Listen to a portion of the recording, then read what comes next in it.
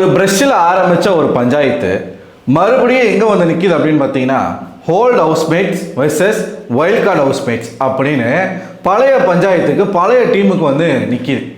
சபரி வந்து ஒரு ஸ்மார்ட்டா ஒரு ப்ளே பண்ணுவோம், நம்ம வந்து ஹீரோயிசத்தை காட்டுவோம் அப்படின்னு அவர் ட்ரை பண்ண ஒரு விஷயம் அவரையே போட்டு பொலன்னு பொலந்து பேக் ஃபயர் ஆகி பதறி போய் பதட்டமாக பேசுகிற அளவுக்கு அவரை கொண்டு வந்து விட்டுருக்கு. ஆக்சுவலாக சபரி பொறுத்த வரைக்கும் எப்படின்னா ஹீரோயிசம் காட்டுறதுல நல்லாவே பண்ணுவா. அப்படி போன சீக்ரெட் டாஸ்க் நடந்துச்சு இல்லையா, இந்த ஹோட்டல் டாஸ்கில், அதை இந்த வீட்டுக்குள்ளே யாருக்குமே தெரியல அது சீக்ரெட் டாஸ்க்குன்னு. சபரி மட்டும்தான் ஓரளவுக்கு கெஸ் பண்ணார்.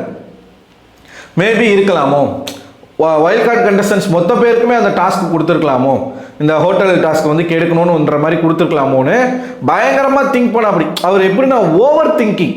இப்போ இங்கே ஒரு சின்ன ஒரு பேப்பர் கிடக்குதுன்னு வச்சுக்கோங்களேன், இந்த பேப்பரை அவங்க போட்டிருக்கலாம், அவங்க வந்து நம்மள எல்லாரையும் கொள்றதுக்காக போட்டிருக்கலாம், இந்த பேப்பரில் ஏதாச்சும் விஷம் இருக்கலாம், அதை நம்ம கையில் எடுக்கும்போது கூட நமக்கு அது அஃபெக்ட் ஆகலாம், இது ஏன் அவங்க பண்ணணும்? அப்போது அது அவங்களுக்கு வந்து ஒரு டாஸ்காக கொடுத்துருக்கலாம், இல்லை இந்த மாதிரி வந்து இவங்கெல்லாம் சேர்ந்து இந்த மாதிரி ஒரு ப்ளே பண்ணி அப்படியே கண்ணிலே வந்து ஒரு சினிமா ஓட்டிடுவா. அப்படி அந்த மாதிரியான ஒரு பர்சன். ஆக்சுவலாக என்ன இருக்குது அப்படின்னு பார்த்தீங்கன்னா 2 நாளைக்கு முன்னாடி சாண்ட்ரா அவர்களுடைய ப்ரஷ் வந்து காணாமல் போயிருக்கு. ஓகேவா, அந்த ப்ரஷ் எங்கே கிடச்சிருக்கு அப்படின்னு பார்த்தீங்கன்னா சூப்பர் டீலக்ஸ் வீட்டில் இருக்கக்கூடிய டாய்லெட்டில் ஃப்ளஷ் டேங்க்குள்ளே இருந்திருக்கு. ஓகேவா, இதை என்னடா இது டேங்க் வந்து லீக் ஆகுது அப்படின்னு பார்த்து அதை ஓப்பன் பண்ணி பார்க்கும்போது அதில் ப்ரஷ் கலந்துருக்கு. அதே மாதிரி ஒரு ப்ரஷ்ஷும் ஒரு டங் கிளீனரும் குப்பையில் கிடந்திருக்கு. சாண்ட்ரா அவர்கள் குப்பையில் போட்டதாக இவர் பார்த்தேன்னு சொல்கிறார். அந்த குப்பை கவரை திவ்யா அவர்கள் வந்து கட்டி தூக்கி போடுறதுக்காக போனதாகவும், அதை வந்து பாதிலேயே தடுத்து ஒரு மிகப்பெரிய கிரைம் நடக்க இருந்ததை பாதிலேயே தடுத்து அவர் வந்து கையும் களமா பிடிச்சி அந்த குப்பையை அப்பயே பிரித்து பார்த்துருக்காரு. அது உள்ள ப்ரஷ்ஷும் டங் கிளீனரும் கடந்திருக்கு. என்னடா இது டங் கிளீனர் கிடக்குது ப்ரஷ் கிடக்குதுன்னு சொல்லி ஏதோ ஒரு சதி வேலை நடக்குது, இதை நம்ம சும்மா விடக்கூடாது அப்படின்னு 2 நாளாக அந்த குப்பையை தன்னுடைய தலைமாட்டிலே வச்சு ஜிப் கவர் போட்டு அவருடைய தலை ரூமில் ஜிப் கவர் போட்டு அந்த குப்பையை வச்சு தான் தலைமாட்டிலே வச்சு தூங்கியிருக்கா. அப்படி இது ஒரு வடிவேல் காமெடியில் பெட்டிக்குள்ளே செருப்பை வச்சுட்டு அலைவான் பாருங்க ஒருத்தன், அந்த மாதிரி குப்பையில் போட்ட ப்ரஷ்ஷையும் டங் கிளீனரையும் வச்சுக்கிட்டு அலைஞ்சிருக்கா. அப்படி 2 நாள் கழிச்சு இன்னைக்கு கூட பார்த்தீங்கன்னா கானா வினோத் விக்கல்ஸ் கிட்ட எல்லாம் பேசிட்டு இருப்பார். இந்த மாதிரி வந்து ப்ரஷ் வந்து இருந்துச்சு, இவங்க தான் போட்டாங்க. அப்பயே வந்து என்ன சொல்லுவாருன்னா சாண்ட்ரா தான் போட்டாங்க, திவ்யா அதை கட்டுறா, அப்போ ஃப்ளஷுக்குள்ளே ப்ரஷ்ஷு கிடக்குது, எதுக்காக கிடக்குது, யார் போட்டிருப்பா, எதுக்கு போட்டிருப்பா, என்ன காரணம், இதெல்லாம் உட்காந்து பேசிகிட்டு இருந்தார்.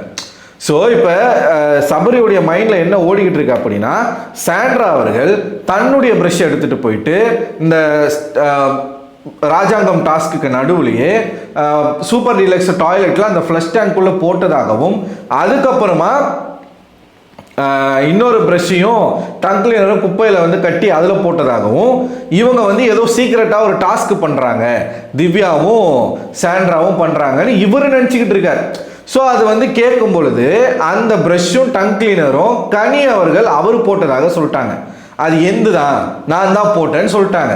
இப்படி சொன்ன உடனே இவங்க வந்து என்ன பண்ணிட்டானா இந்த பேச்சு வந்து சாண்ட்ராக்கும் சபரிக்கும் நடுவில் நடக்கும்போது வாங்க எல்லாரும் முன்னாடி அட்ரஸ் பண்ணணும்னு சொல்லிட்டு நடுராத்திரியில் எல்லாரும் கூப்பிட்டு உட்கார வச்சு எல்லாரும் முன்னாடி நான் கண்டுபிடிக்கிறேன் பாருங்க யார் கல்பிரிட்னு எனக்கு தெரியும், இப்போ பாருங்க சாண்ட்ரா நீங்கள் தான் வந்து குப்பையில் போட்டீங்க, திவ்யா நீங்கள் அதை கட்டி கொண்டு போய் அங்கே போட பார்த்தீங்க அப்படின்னு இவங்க 2 பேருமே சொல்கிறான். அவங்க ஒரு பக்கம் நான் எப்போ போட்டேன், ஆக்சுவலாக இவர் வந்து ஏதோ தப்பாக நினச்சிக்கிட்டு ஒரு கதையை தன்னுக்குள்ளே கற்பனையில் ஓட்டியிருக்கார் சபரி. ஆனால் அங்கே நடந்தது அது கிடையாது, அவங்க போடலைன்றதை கிளியராக சொல்கிறாங்க. சபரிக்கிட்ட என்ன பிரச்சனைனா மாற்றி மாற்றி பேசுகிறார். 2 நாளைக்கு முன்னாடியே நீங்கள் வந்து உங்கள் ப்ரஷ்ஷை காணும்னு என்கிட்ட சொன்னீங்க அப்படின்றார். அப்போவே சாண்ட்ரா சொல்கிறாங்க நான் என் ப்ரஷ்ஷு காணுன்றதை நான் உங்ககிட்ட சொல்லவே இல்லை, நான் சொன்னது நேத்திக்கு, நீ 2 நாள் முன்னாடி சொல்கிற சபரி, நீ மாட்டிக்கிட்ட, நீ போய் பேசுகிற. அப்படி சொன்ன உடனே சபரி வந்து பதறிட்டார், ஒரு மாதிரி பதட்டம் ஆயிடுச்சு. சரி ஓகே இப்போ நான் நிரூபிக்கிறேன் பாருங்கன்னு சொல்லிட்டு தூங்கிட்டு இருந்த எப்ஜேவை கூட்டின்னு வர்றார். ஏன்னா எப்ஜே கிட்ட தான் சொன்னாராமா. எப்ஜே கிட்ட கேட்குறாரு, நான் உங்ககிட்ட ஒரு குப்பையை கொண்டு போய் இங்கேயே வையின்னு சொன்னல, அது எப்போ சொன்னேன் அப்படின்னும் போது இவர் என்ன நினச்சிட்டாரு, 2 நாள் முன்னாடி எப்ஜே சொல்லுவான்னு நினச்சிட்டார். அவன் நேத்திக்கே அப்படின்ட்டான். அந்த இடத்துல சபரிக்கு ஒரு மாதிரி ஆயிடுச்சு. இல்லை சாரி, நான் தான் மாற்றி சொல்லிட்டேன், நேத்திக்குன்றதை நான் நாள் மாற்றி சொல்லிட்டேன். இப்படி மாற்றி வந்து வளர்றாப்படி, டென்ஷன் ஆகுறாப்படி, மூஞ்செல்லாம் வேற மாதிரி மாறி போகுது. நான் கேட்குறது என்னன்னா, எதுக்கு இப்போ வந்து என்ன இப்போ இதில் பிரச்சனை புரியலை. சரி, ஓகே, நீங்கள் தானே வீட்டின் தலை, டாய்லெட்டு ஃப்ளஷ் டேங்குக்குள்ளே ப்ரெஷ்ஷு கிடக்குது அப்படிங்கிறத நீங்கள் எப்போ பார்த்தீங்களோ அப்போயே கொண்டு வந்து இந்த ப்ரெஷ்ஷு இந்த டேங்க்கில் கிடக்குது, இது யாரோடது, யார் போட்டது அப்படின்னு கேட்டிருந்தீங்கன்னா, போட்டது யாரோட ப்ரெஷ்ஷு அப்படிங்கிறது தெரிஞ்சு போயிருக்கும். நீங்கள் எதுக்கு 2 நாள் அதை வந்து பொக்கிஷமாக பாதுகாத்து, அந்த ப்ரெஷ்ஷு வேறு இந்த ப்ரெஷ்ஷு வேறு, ஓகேவா? ஸோ கனி அவர்கள் போட்டதை சாண்ட்ரா தான் போட்டாங்கன்னு எதுக்கு சொல்லணும்? ஓவராக இமேஜினேஷன் பண்ணிக்கிட்டார் அவர். இந்த பக்கம் சாண்ட்ரா, நீ என்னை வந்து என்னமோ சொன்னாங்களே, என்னை வந்து நீ ஏதோ ஒரு வார்த்தை சொன்னாங்க, ஐயோ டக்குன்னு அந்த வார்த்தை, ஃப்ரேம் பண்ணுற, நீ என்னை ஃப்ரேம் பண்ணுற. சாண்ட்ரா மேலே தப்பு இல்லை அப்படிங்கிறது எனக்கு நல்லாவே தெரியுது, அவங்க பேசுகிறாங்க. ஆனால் பிரஜன் வந்து நடுவில் பேசி அதை கெடுக்கிறார். பிரஜன் வந்து இது மட்டும் குறும்படலாம் கேட்குறாங்க, கேமராவில் பாருங்கள். நானும் பார்க்கவே இல்லை, நானும் லைவ் வந்து 3-4 மணி வரைக்கும் பார்த்தேன், யாரும் கொண்டு போய் போட்ட மாதிரி பார்த்ததில்லை. ஆனால் எனக்கு ஒருத்தர் மேலே சந்தேகம் இருக்குது, அதை நான் கடைசியில் சொல்கிறேன். இவர் போயிட்டு தேவையில்லாமல் இது மட்டும் நீ சொல்கிற மாதிரி இல்லை அப்படின்னு தெரிஞ்சு போச்சுன்னா நான் அவனை என்ன பண்ணலாம் இப்படிலாம் கேட்குறாரு. இதெல்லாம் வந்து தப்பு. வெளியில் இது வந்து தவறாக தான் மக்களால் பார்க்கப்படும். நீங்கள் ரொம்ப ஹஸ்பண்ட் அண்ட் ஒய்ஃபாக சேர்ந்து ஒரு கேம் விளையாடுற மாதிரி தான் மக்கள் வந்து புரிஞ்சுப்பாங்க. இதை மாற்றிக்கணும். இவங்க வந்து நல்லா ஸ்கோர் பண்ணிகிட்டு இருக்காங்க. அந்த சமயத்தில் இதெல்லாம் பண்ணாங்க அப்படின்னா அவங்களுக்கு அவங்களுடைய வளர்ச்சியில் மிகப்பெரிய ஒரு பாதிப்பை ஏற்படுத்தும் அது, ஓகேவா? ஸோ இந்த பிரச்சனை வருது, திவ்யா வராங்க, கேட்குறாங்க, சண்டை போடுறாங்க, அரோராலாம் கேட்குறாங்க, நீங்கள் ஏன் இதை அடுத்தவங்க போடுற குப்பையை திறந்து பார்க்குறதே எனக்கு க்ரீப்பியாக இருக்குது அப்படின்னு அரோரா சொல்கிறாங்க. எதுக்காக அந்த வார்த்தை வருதுன்னா, இந்த வார்த்தையை அவர் தான் பயன்படுத்துகிறார். யார்? சபரி தான் பயன்படுத்துகிறாரு. என்ன சொல்கிறாருன்னா, நீங்கள் வந்து குசுன்னு பேசிக்கிட்டு இருந்தது எனக்கு க்ரீப்பியாக இருந்துச்சு, அதனால் ஒரு வேளை ஏங்க சீரியஸாக எனக்கு புரியலை, எனக்கே ஒரு மாதிரி தான் இருக்குது. யாராச்சும் சீக்ரெட் டாஸ்காக இருக்கும்னு நினச்சாங்களாம், இல்லை ப்ராங்காக இருக்கும்னு நினச்சாராம். ப்ரெஷ்ஷை கொண்டு போய் டேங்க்கில் போட்டு அதில் என்ன ப்ராங்க் இருக்குது, அதில் என்ன சீக்ரெட் டாஸ்க் இருக்குது, அதுவும் அவங்களோட ப்ரெஷ்ஷு.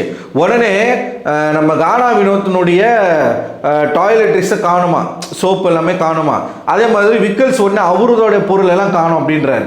இப்படி ஒருத்தரும் காணும்னு சொல்லும்போது சபரி என்ன பண்ணுறாருன்னா, நேராக சாண்ட்ரா கிட்ட வந்து பார்த்தீங்களா விக்கல்ஸோடைய காணும், பார்த்தீங்களா கானா வினோத்தோடைய காணும், பார்த்தீங்களா கெமியோட லிப்ஸ்டிக்கை காணும். இப்படி சொல்கிறது எப்படி ஆகுதுன்னா, பாருங்கள், இதையும் நீங்கள் தானே எடுத்தீங்க, நீங்கள் தானே பண்ணீங்க, பாருங்கள் நான் சொன்னது கரெக்டாகிடுச்சா, நான் எவ்வளோ பெரிய சூறப்புலி தெரியுதா, எப்படி கண்டுபிடிச்ச பாருங்க அப்படின்னு வேற மாதிரி பேசுகிறாரு. இதுக்கு வந்து நல்லா லெஃப்ட் அண்ட் ரைட்டு வாங்கினாங்க பிரஜின், திவ்யா மற்றும் சாண்ட்ரா. ஸோ காலையில் இது குறும்படம் போடும்போது நமக்கு வந்து தெரிஞ்சிடும், நம்ம பார்த்துக்கலாம் அப்படின்ற மாதிரி அவங்க வந்து பேசிக்கிட்டு இருக்காங்க. ஒரு பக்கம் எனக்கு தெரிஞ்சு ஒருத்தர் மேலே சந்தேகம் இருக்கு. யார் தெரியுமா? சூப்பர் டீலக்ஸில் யாரெல்லாம் இருக்கா? ரம்யா, சுபிக்ஷா, பியானா, சாண்ட்ரா, திவ்யா, அப்புறமா கனி இருக்காங்களா தெரில, திவாகர், கனி இருக்காங்கன்னு நினைக்கிறேன். அதுக்கப்புறமா நம்ம கனி இருக்காங்களா, கனி இல்லைன்னு நினைக்கிறேன். திவாகர், வினோத், இன்னொரு நபர் யார்? வியானா. ஓகே, சரி 8 பேர். ஆனால் 7 பேர் தான் எனக்கு ஞாபகம் வருது. இதில் சாண்ட்ரா பண்ணலை, சபரி வந்து தளரும். ஓகே, சாண்ட்ரா பண்ணலை, திவ்யா பண்ணலை. மீதி இருக்கக்கூடிய 5 பேரில் யாராக இருக்கும்? நான் சொல்லட்டுமா யாராக இருக்கும்னு சொல்லிட்டு? இந்த வேலையெல்லாம் பண்ணது சுபிக்ஷா தான் அப்படின்னு எனக்கு தோணுது. ஏன் எனக்கு அப்படி தோணுது அப்படின்னு பார்த்தீங்கன்னா, போன வாரம் வீக்கெண்ட் எபிசோடில் அந்த ப்ராங்க் வந்து ரிவீல் பண்ணும்போது நம்ம சேதுபதி அவர்கள் வந்து சுபிக்ஷாவுக்கு ஒரு டாஸ்க் கொடுத்துருந்தார். என்ன டாஸ்க் அப்படின்னு பார்த்தீங்கன்னா, சுபிக்ஷா நீங்கள் இருக்கிறதே தெரியலை, நீங்கள் ரொம்ப சைலண்டாக இருக்கீங்க, நீங்கள் ஏதாச்சும் ஒரு ப்ராங்க் இந்த மாதிரி பண்ணுங்க, இந்த வரக்கூடிய வாரங்களில் நீங்கள் ஒரு ப்ராங்க் வந்து பிளான் பண்ணி பண்ணுங்க அப்படின்னு எல்லாரும் முன்னாடியும் சொன்னார்.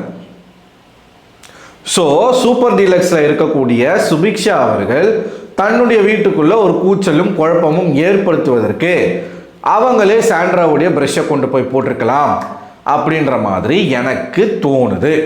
ஆனால் சபரி எங்கே வந்து இதை அவங்க மேலே திருப்ப பார்த்து எங்கே சபரி மாட்டினார் அப்படின்னு பார்த்தீங்கன்னா, அந்த பேக்கில் வந்து இருந்த ட்ராஷு சாண்ட்ரா தான் போட்டாங்க, இதை திவ்யா கட்டி கொண்டு போனாங்க அப்படின்னு அவர் சொன்னதில் தான் மாட்டிக்கினார். ஏன்னா அது போட்டது கனி.